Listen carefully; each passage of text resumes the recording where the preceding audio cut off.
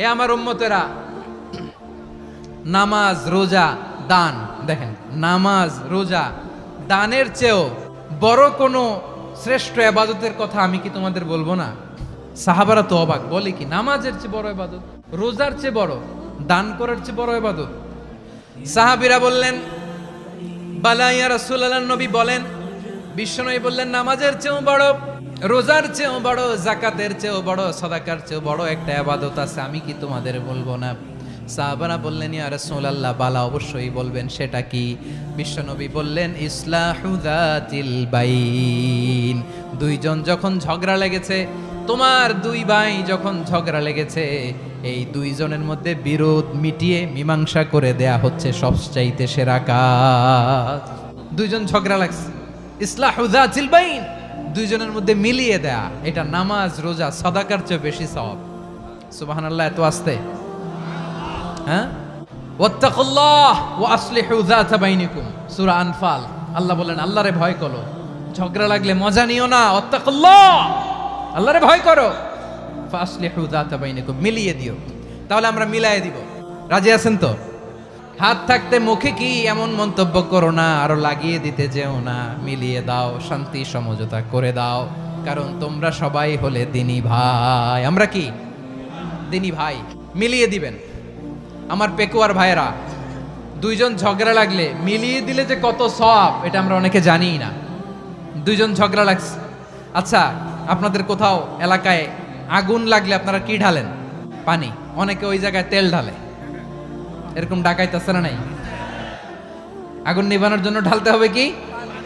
একদল এখানে কি ঢালে? আল্লাহ তাআলা এরকম মাইন্ডসেটের, মানসিকতার হওয়া থেকে আমাদেরকে তুমি বাঁচাও। ঝগড়া লাগলে মিলিয়ে দিবেন। কি করবেন? 3 জায়গায় প্রয়োজনে মিথ্যা বলা যায়। কয় জায়গায় মিথ্যা বলতে? তাওরিয়া, মানে কথা একটু ঘুরিয়ে বলবেন। 1 নাম্বার, আপনার ওয়াইফকে খুশি করার জন্য, সে একটু এরকম না বলে একটু কৌশল করে বললে খুশি হবে, ওটা বলা যায়। 2 নাম্বার, জীবন মরণের ব্যাপার, জান বাঁচানোর জন্য একটু কৌশল করে ঘুরিয়ে বললেন, এটা জায়েজ। 3 নাম্বার, দুইজন ঝগড়া লাগছে, তাদেরকে মিলিয়ে দেওয়ার জন্য কৌশল করে একটু মিথ্যা বলা, ঘুরিয়ে বলা জায়েজ। দুইজনের মধ্যে দেখলেন যে সম্পর্ক খারাপ, তো একজনরে বললেন, ভাই সে তো ওই দিন আপনার ব্যাপারে অনেক প্রশংসা। কি আমার ব্যাপারে প্রশংসা? তার সাথে তো আমার মারাত্মক সম্পর্ক। কি বললো? এই বললো আপনি নাকি এই করছেন, ওই করছেন, অনেক প্রশংসা। লোকটার মন খুশি হয়ে যাবে তার ব্যাপারে, ঠিক কিনা? আবার তার সাথে যার ঝগড়া, ওরে যে বলুন, ভাই ওই দিন তো সে আপনার অনেক অ্যাপ্রিসিয়েশন করলো, অনেক। সে তো অবাক, কি রে বলে কি আমার? এই যে দুইজনের ব্যাপারে দুইজনের একটু ভালো ভালো কথা বলে দিচ্ছেন, একদিন দেখবেন রাস্তা দিয়ে হাঁটার সময় একে অপরকে সালাম দিয়ে ফেলছে, সালাম দিয়ে বুকে জড়ায় ধরছে, আছে না নাই? আবার মিলমিশ হয়ে গেছে। কিন্তু আমাদের স্বভাব হইলো, দুই প্রতিবেশী যদি একসাথে বসে একসাথে হাঁটে, দূর থেকে দেখলে আমাদের জলে, আছে না নাই? ঘটনা কি? এই দুইটার মধ্যে এত মিল কে? এই দুইটার মধ্যে গিরিঙ্গি লাগানো যায় কিভাবে? হ্যাঁ, এই বন্ধুত্ব, ফ্রেন্ডশিপ নষ্ট করা যায় কিভাবে? এরকম মানসিকতা সবার না, আমাদের অনেকের মধ্যে আছে না নাই? আল্লাহর কাছে তওবা করেন, এই মানসিকতার যেন আমরা না হই, আমরা মিলিয়ে দিব। তাহলে আমরা এক উম্মাহ, এক উৎস থেকে এসেছি, এক দেহ, এক প্রাণ। আমাদের সম্পর্ক বড় মজবুত, সীসাঢালা প্রাচীরের মতো, কেউ টলাতে পারে না, কেউ ভাঙতে পারে না, ঠিক কিনা? আবার আমাদের সম্পর্ক হলো ভাই ভাই। আমরা ঐক্যবদ্ধ থাকার জন্য দুনিয়ায় এসেছি। কেমন করে ঐক্যবদ্ধ থাকতে হয় দুনিয়াবাসীরে শেখানোর জন্য এসেছি। আল্লাহ বলেন, ও নবী, শুধু মুসলমানের মধ্যেই ঐক্য করলে হবে না, প্রয়োজনে ইহুদি নাসারাদের সাথে ঐক্য গড়ে তোলো। কথা শুনতেছেন? প্রয়োজনে আহলে কিতাবদের সাথে ঐক্যবদ্ধ হওয়ার আদেশ দিয়েছে কে? সবাই বলতে হবে, আওয়াজ করে বলেন। আহলে কিতাব, ইহুদি নাসারাদের সাথেও প্রয়োজনে ঐক্যবদ্ধ হওয়ার ঘোষণা দিয়েছে কে? বিশ্বনবী মক্কা থেকে মদিনায় হিজরত করতে গেছেন, ওখানে ইহুদিদের সাথেও কোয়ালিশন করেছেন। সুবহানাল্লাহ পড়বেন না? বনু কাইনুকা, বনু নাদির, বনু কুরাইজা, এই 3টা দলের সাথে বিশ্বনবী কোয়ালিশন করেছেন একসাথে। কিন্তু তাদের বিশ্বাসঘাতকতার কারণেই তারা বহিষ্কৃত হয়েছে মদিনা থেকে। বিশ্বনবীর এখানে কোনো দোষ নাই, বিশ্বনবী ঐক্যবদ্ধ হতে চেয়েছেন। আল্লাহ তাআলা নবীরে বললেন, নবী তুমি তাদেরকে বলো, ও আহলে কিতাবের ভাইয়েরা, ইহুদি নাসারারা, এসো এসো এসো, আমরা এমন একটা বিশ্বাসের প্রশ্নে একত্রিত হই, যে বিশ্বাস তোমাদের নবীরাও প্রচার করেছে, যে বিশ্বাস আমিও প্রচার করি, যে বিশ্বাসের কথা তোমাদের পবিত্র ধর্মগ্রন্থগুলোতে রয়েছে, আবার যে বিশ্বাসের কথা আমার কোরআনের মধ্যেও রয়েছে, আসলে ওই কথায় আমরা একত্রিত হই। সুবহানাল্লাহ। তাহলে ভিন্ন ধর্মী তাদের সাথে যখন আমরা ঐক্য করব, কিসের উপর ঐক্য?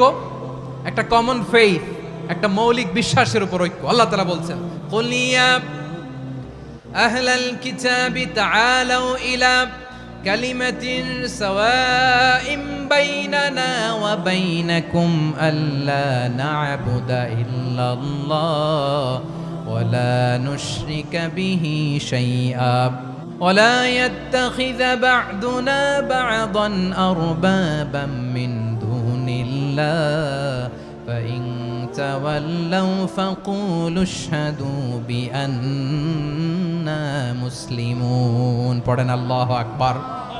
রব্বুল আলামিন বিশ্বনবীর ডেকে বললেন, নবী তোমার প্রতিবেশী ইহুদিদেরকে ডেকে বলো, তাআলাউ ইলা কালিমাতিন সাওয়াইম বাইনানা ওয়া বাইনাকুম, ও ইহুদিরা আসো এক টেবিলে বসি, আসো এমন একটা কথার উপরে আমরা সবাই একমত হয়ে যাই, যেই কথা তোমরাও মানো আমরাও মানি, সেটা হচ্ছে আল্লাহ ছাড়া আমরা কারো ইবাদত করব না, আমরা সবাই মিলে ইবাদত করি একজনের, তিনি কে?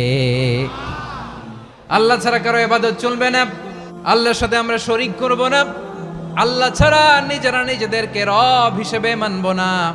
এই তিনটা বিষয়ে যদি একমত হও, চলো আমরা একসাথে বসি, আমরা ঐক্যবদ্ধ হই। পড়েন সুবহানাল্লাহ। তাহলে দেখেন, ঐক্য কি শুধু মুসলমানদের মধ্যে না, প্রয়োজনে অন্য ধর্মের সাথে ঐক্যবদ্ধ হতে হয়। যদি পরিস্থিতি কখনো এমনও হয় শিরকের আড্ডাখানা, আপনি ঐক্য প্রতিষ্ঠার জন্য, ঐক্য রক্ষার জন্য তাও শুধু তাওহীদের দাওয়াত দিবেন, ওইখানে আক্রমণ করবেন না, এটা কোরআনের নীতি। কথা বুঝতে পেরেছেন? সামনে শিরকের কি কথা কয় না, শিরকের কি আড্ডাখানা, আখড়া। কিন্তু ঐক্য বজায় রাখার জন্য, গৃহযুদ্ধ এড়ানোর জন্য আপনি শুধু এটা যে শিরক, এটা হারাম, এটা থেকে তোমরা বেঁচে থাকো, শুধু দাওয়াত দিবেন, আপনি আক্রমণ করবেন না, এটা কোরআনের বিধান। সুবহানাল্লাহ কইবেন না? মূসা আলাইহিস সালাম আল্লাহর সাথে সরাসরি কথা বলতেন, ওয়া কাল্লামাল্লাহু মূসা তাকলিমা। সুবহানাল্লাহ পড়েন, আওয়াজ তুলে সবাই বলেন সুবহানাল্লাহ। এখন বনি ইসরাইল হচ্ছে পৃথিবীর সবচেয়ে গোয়ার জাতি। তারা বলে, মূসা তুমি যে আল্লাহর সাথে কথা বলো আমরা তো দেখি না, তুমি যে কথা বলো আমরা তো শুনি না, তো কি করতে হবে? বনি ইসরাইল বলে, আমাদের মধ্য থেকে 70 জন নিয়ে যাইতে হবে তুর পাহাড়ে, ওরা আয়েশা যদি কয় হয় আমরা শুনছি তাহলে বিশ্বাস করব। কত বড় ডাকাত দেখছেন বনি ইসরাইল। এদের চেয়ে গোয়ার জাতি নাই। এত গোয়ার তুমি করেছে মুসা আলাইহিস সালামের সাথে, তুমি যে আল্লাহর সাথে কথা বলে আমরা তো দেখি, কি করব? 70 জন আমাদের বন্ধু বান্ধব যে যদি দেখে, তারা বললে ওকে আসো, 70 জন আসো। 70 জন নিয়ে গেল। মুসা আলাইহিস সালাম হারুন আলাইহিস সালামকে খেলাফা দিয়ে গেলেন, আল্লাহ ওনাকে নবী বানালেন। মুসা আলাইহিস সালাম বললেন, হারুন খবরদার, বনি ইসরাইলের মধ্যে তাওহীদের বাণী প্রচার করবা, ঐক্য ধরে রাখবা, বিচ্ছিন্ন হতে দিবা না। চলে গেছে। এইদিকে বনি ইসরাইলের এক দুষ্ট লোক ছিল, নাম সামিরি। কি নাম? সামিরি। সে সবাইরে বলল, তোমাদের স্বর্ণগুলো ফালাও। স্বর্ণগুলো ফেললো, বনি ইসরাইলের স্বর্ণগুলোকে গলিয়ে সে একটা গরুর বাচ্চা বানালো, গোবৎস। কিসের বাচ্চা? দেখেন গরুর পূজা কিভাবে শুরু হয় পৃথিবীতে প্রথম, গোবৎস পূজা, গরুর বাচ্চার পূজা কিভাবে। সে স্বর্ণ গলি গরুর বাচ্চা করে, জিবরাইল আলাইহিস সালাম যে জমিনে এসেছিলেন, ওই ফেরেশতার পায়ের নিচের একটু মাটি সে বুদ্ধি করে প্যাকেটে রেখে দিছিল। সে গরুর বাচ্চা বানায় স্বর্ণ দিয়ে গলিয়ে ওই মাটি এটার মধ্যে ঢুকাই দিছে ভেলকে দেওয়ার জন্য। স্বর্ণ দিয়ে বানানো গোবৎস গরুর বাচ্চার গায়ে যখন সেই মাটি ছুঁড়ে দেয়া হলো, এখন বাছুরের ভেতর থেকে ভ্যাঁ ভ্যাঁ আওয়াজ আসতেছে। কি আসতেছে? সবাই তো অবাক। সামিরি বলে, আরে তোমরা যে 70 জন দিয়ে মুসা আলাইহিস সালাম রে পাঠাইছো, ওইদিকে এত ঘুরতেছে, আল্লাহরে খুঁজে পায় না, আল্লাহ তো এটার ভিতরে ঢুকছে। নাউজুবিল্লাহ বলবেন না? তোমরা যে 70 জন দিয়ে পাঠাইলা, 70 জন নিয়ে মুসা আলাইহিস সালাম খালি ঘুরতেছে, আল্লাহরে পায় না। পাবে কেমনে? আল্লাহ তো, নাউজুবিল্লাহ, এটার ভিতরে সেজদা দাও। এই সেজদা দিয়ে গেল। আল্লাহর নবী হারুন আলাইহিস সালাম বললেন, খবরদার, এটা সুস্পষ্ট শিরক। আল্লাহ সব গুনাহ মাফ করে, শিরকের গুনাহ মাফ করে না, খবরদার তোমরা থামো। কে শোনে কার কথা?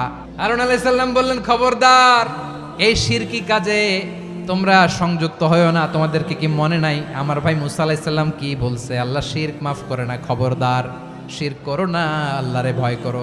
হারুন আলাইহিস সালাম তাদেরকে বুঝালেন, শিরক করো না, আল্লাহরে ভয় করো। শুধু এতটুকুই তিনি বুঝালেন, দাওয়াতি কাজ পালন করলেন, কিন্তু প্রতিরোধ করেন নাই, সশস্ত্র সংগ্রামে লিপ্ত হন নাই, বাধা দেন নাই, কারণ গৃহযুদ্ধ বেঁধে যেতে পারে। উনি ভাবলেন, আমি যদি আমার বাহিনী নিয়ে দাওয়াত দেওয়ার সাথে সাথে প্রতিরোধ করি, আক্রমণ করি, ওরাও আমারে আক্রমণ করবে, ব্লাডশিট হবে, রক্তপাত। এমন অবস্থা হবে বনি ইসরায়েলের মধ্যে যেটা হয়তো আমার ভাই মুসাও কন্ট্রোল করতে পারবে না। সুবহানাল্লাহ কইবেন না? এক একজন নবীকে আল্লাহ তাআলা কি ইন্টেলেক্ট দিয়ে পাঠিয়েছেন। তিনি ভাবলেন আমি দাওয়াতি কাজটাই করি, এটা যে হারাম এটা থেকে শুধু বারণ করি কিন্তু প্রতিরোধ না করি। আমি যদি ঐক্য ধরে রাখতে পারি বাকিটা আমার ভাই সামলে নেবে। সুবহানাল্লাহ।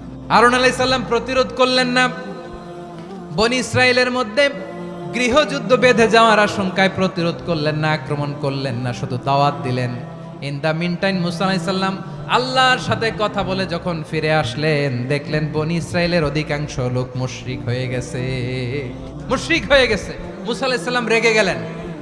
রেগে প্রথমে বনি ইসরায়েলদেরকে অ্যাটাক না করে ভাইয়ের দাড়ি ধরলেন। হারুন আলাইহিস সালামের দাড়ি আর চুল, মেজাজি নবী ছিলেন। হারুন তুমি কি করলা? তোমার কি দায়িত্ব দিয়ে গেলাম, তুমি কি করলা? তুমি থাকতে বনি ইসরায়েল কেমন করে শিরকের কাজে নিমজ্জিত হয়ে যায়?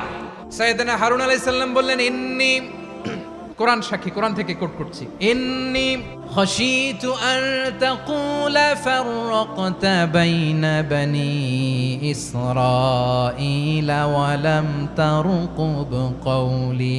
ও আমার ভাই, আমার দাড়ি ধরবেন না, আমার মারবেন না। আমি ভয় করেছি, আমি ভয় পেয়েছি, না জানি আপনি বলেন তুমি কেন খাশিতু আন তাকুলা ফাররাকতা বাইনা বনি ইসরাঈল, আপনি এসে আমারে যদি বলেন তুমি কেন ঐক্য ধরে রাখলে না, কেন মারামারি হলো, কেন রক্তপাত হলো, তোমারে কি এই দায়িত্ব আমি দিয়ে দিয়েছিলাম? আমার কথার দিকে কি তুমি ভ্রুক্ষেপ করো নাই? আমি যে বলছি তাওহীদের বাণী প্রচার করবা আর ঐক্য ধরে রাখবা, আমার কথা কি শোনো নাই? আপনি আমারে ধমকাবেন, এই জন্য আমি প্রতিরোধ করি নাই, আক্রমণ করি নাই, গৃহযুদ্ধ আটকানোর জন্য কিন্তু আমি দাওয়াত দিয়েছি। সুবহানাল্লাহ পড়েন। ঐক্য ধরে রেখেছেন। মুসা আলাইহিস সালাম মুহূর্তেই সামিরীকে আক্রমণ করলেন, অ্যাটাক করলেন, শাস্তি দিলেন। মুহূর্তেই ওই গোবৎস গরুর বাছুরকে ভেঙে চুড়ে মেসাকার করে সাগরের মধ্যে ভাসিয়ে দিলেন। পুরো বনি ইসরায়েলকে আবার তাওহীদের উপর প্রতিষ্ঠিত করলেন। পড়েন সুবহানাল্লাহ। এই ঘটনা থেকে শিক্ষা কি? শিক্ষা হচ্ছে আপনি শিরকের আড্ডাখানা দেখলেও বৃহৎ স্বার্থে তাওহীদের দাওয়াত দিবেন, প্রয়োজনে আপনি ঐক্য নষ্ট করবেন না। সুবহানাল্লাহ পড়বেন না?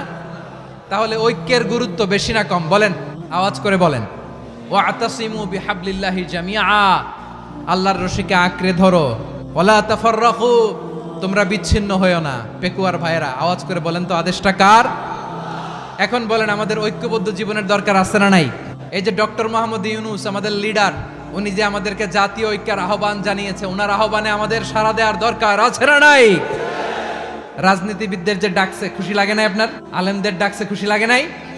আলহামদুলিল্লাহ বলবেন না? আলহামদুলিল্লাহ, সবাইকে ডেকেছে, ঐক্যবদ্ধ করেছে। আমরা ঐক্যবদ্ধ থাকতে চাই, আমরা ঐক্যবদ্ধ জীবন চাই, আমরা আর কাদা ছড়াছড়ি করতে চাই না। রাজি আছেন সবাই? এখন আমরা যদি ঐক্য নষ্ট করি আমাদের কি কি সমস্যা, কি ক্ষতি, কি কুফল? অনৈক্যের কুফল কি?